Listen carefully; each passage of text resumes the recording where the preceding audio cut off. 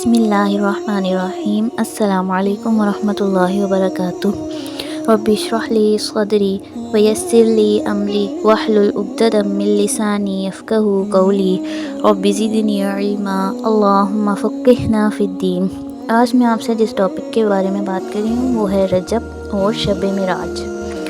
رسول اللہ صلی اللہ علیہ وسلم صحابہ کرام رضی اللہ عنہ سے جب کوئی سوال کرتے، صحابہ کرام رضی اللہ عنہ فرماتے اللہ اور اس کا رسول بہتر جانتے ہیں، یقیناً اللہ اور اس کا رسول ہی بہتر جانتے ہیں۔ تو آئیے قرآن اور سنت کی روشنی میں ماہ رجب اور شب معراج کی اہمیت اور حقیقت کا جائزہ لیں۔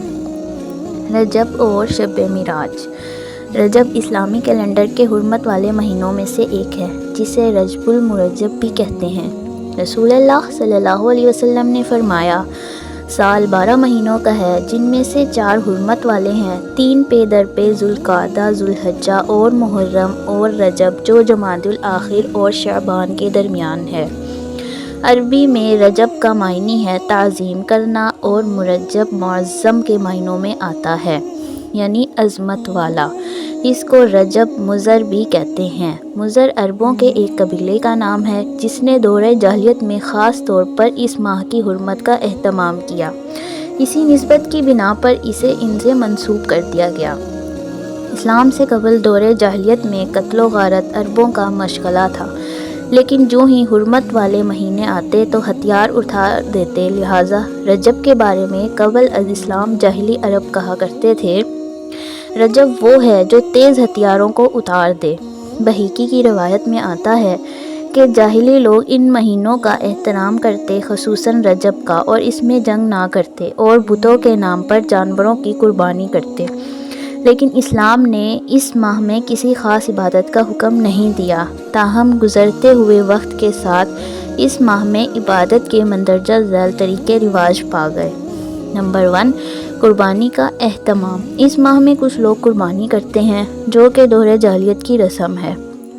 جاہلی عرب العطیرہ کے نام پر اس مہینے میں بکری کی قربانی کیا کرتے تھے، اور ذبح کی گئی بکری کی کھال کسی درخت پر ڈال دیتے۔ اسے رجب والی قربانی کہا جاتا تھا۔ بخاری اور مسلم کی روایت میں ابو ہریرہ رضی اللہ عنہ رسول اللہ صلی اللہ علیہ وسلم سے روایت کرتے ہیں، فرا اور عطیرہ کچھ نہیں۔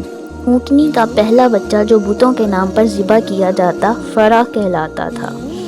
خصوصی نماز کا اہتمام۔ بعض لوگ اس ماہ میں خصوصی نماز صلاۃ الرغائب پڑھتے ہیں۔ رجب کے پہلے جمعے کی رات کو 12 رکعت 6 سلام سے پڑھی جاتی ہیں، جس میں سورۃ اخلاص کے بعد ہر رکعت میں 3 مرتبہ سورۃ القدر پڑھی جاتی ہے۔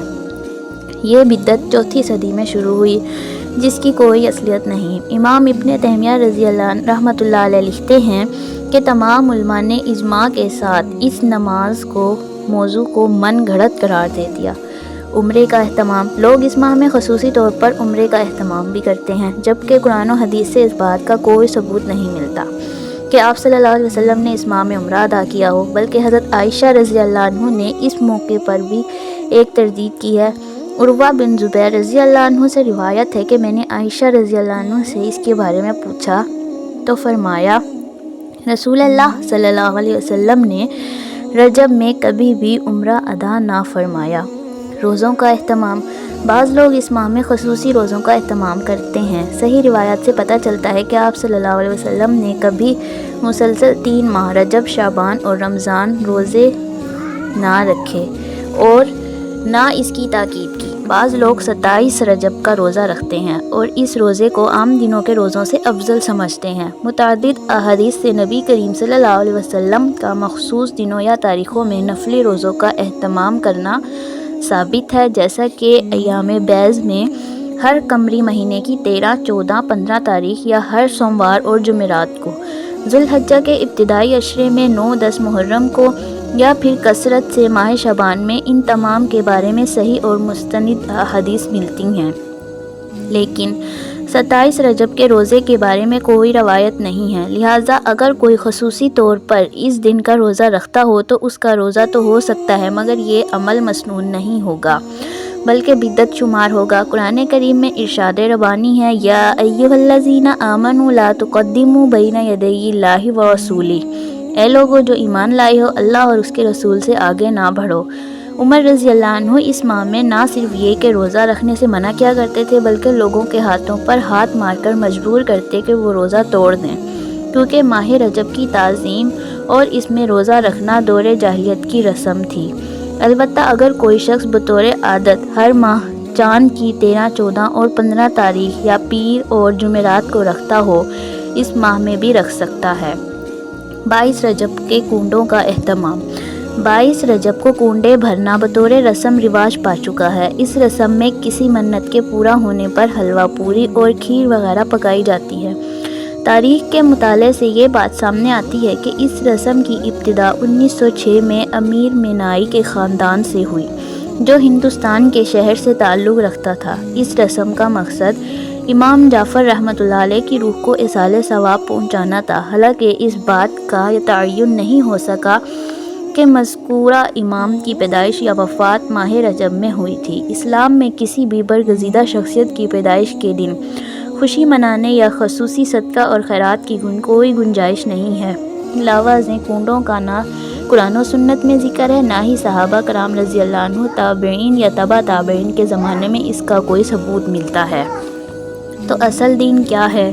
ہمارے ذہنوں میں واضح ہونا چاہیے کہ اصل دین ہے کیا۔ اصل دین وہ ہے جو اللہ تعالیٰ نے محمد صلی اللہ علیہ وسلم کے ذریعے ہم تک پہنچایا، یعنی دین اللہ تعالیٰ کی اطاعت اور فرما برداری، اس کے احکامات کے آگے سر تسلیم خم کرنے اور محمد صلی اللہ علیہ وسلم کی سنت پر عمل کرنے کا نام ہے۔ ارشاد باری تعالیٰ ہے، الیوم اکملت لکم دینکم واتممت علیکم نعمتی ورضیت لکم الاسلام دینا۔ آج میں نے تمہارے لیے تمہارا دین مکمل کر دیا اور تم پر اپنی نعمت تمام کر دی اور تمہارے لیے دین اسلام کو پسند کر لیا۔ جزاک اللہ خیرا کثیرا۔ السلام علیکم ورحمۃ اللہ وبرکاتہ۔